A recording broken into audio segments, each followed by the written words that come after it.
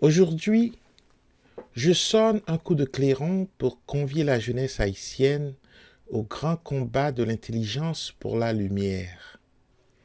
Les insurrections qui, l'an passé, ont arrêté une nouvelle fois la marche en avant de la République haïtienne sont œuvres de politiciens monstrueusement pervers, lesquels, spéculant sur la cupidité ou l'ignorance des uns, comptant sur la sensibilité, la sentimentalité des autres, n'ont pas craint de mener leur pays à deux doigts de l'abîme.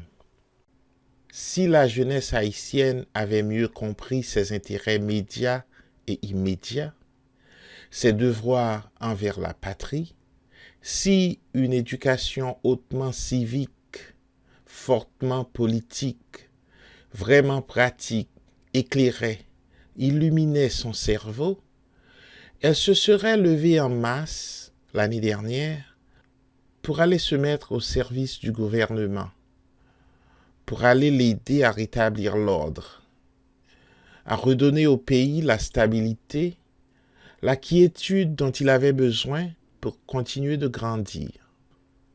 Les citoyens qui pouvaient tenir une plume, alors eussent pensé à la nation au lieu de songer à leurs parents.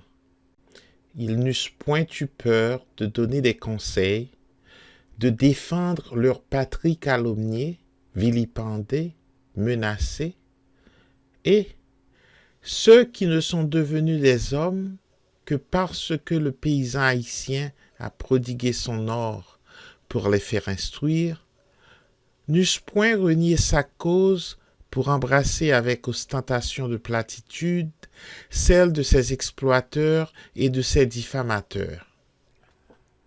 Plus on est ignorant, plus on est égoïste, plus on cache au fond de son cœur de timides, d'envieux ou de lâches pensées. Plus on croit à la réussite des ruses enfantines et méprisables. Plus on prône l'excellence, l'infaillibilité du système des duplicités ignominieuses et viles. Plus on s'arrête avec complaisance aux compromissions humiliantes. Plus on excuse les honteuses capitulations de conscience, les crapuleuses abjections morales. Plus on admet les renoncements ineptes, moins on ose parler, agir pour le bien du plus grand nombre, pour l'honneur de tous. Ceux qui veillent en ce moment aux destinées de la nation ont grande, très grande tâche à accomplir. Qu'ils comprennent leur mission, qu'ils se souviennent de ne pas trop se presser et de ne pas se confier aux étrangers fallacieux, qu'ils se souviennent de ne pas s'endormir dans une sécurité fausse, dans une sécurité désarmée. La terre restituée aux paysans, il leur reste à instruire, à éduquer le paysan.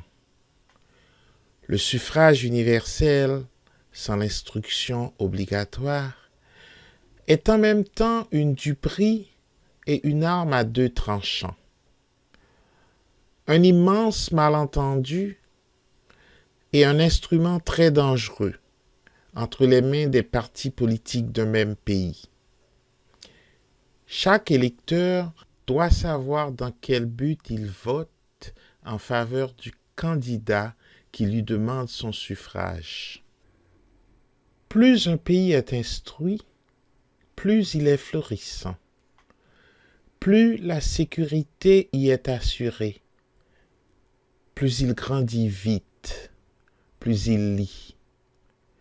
Plus il comprend que les luttes de la politique, nécessaires et fécondes lorsqu'elles sont pacifiques, deviennent stériles, ruineuses et même dégradantes lorsque ceux qui aspirent à gouverner le peuple ne veulent pas commencer par obéir aux lois, par s'incliner devant les décisions de l'opinion publique, par respecter la volonté de la nation clairement, nettement exprimée.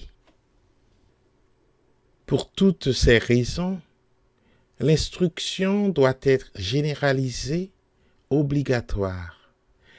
Il faut que chacun connaisse tous ses droits afin de bien remplir ses devoirs.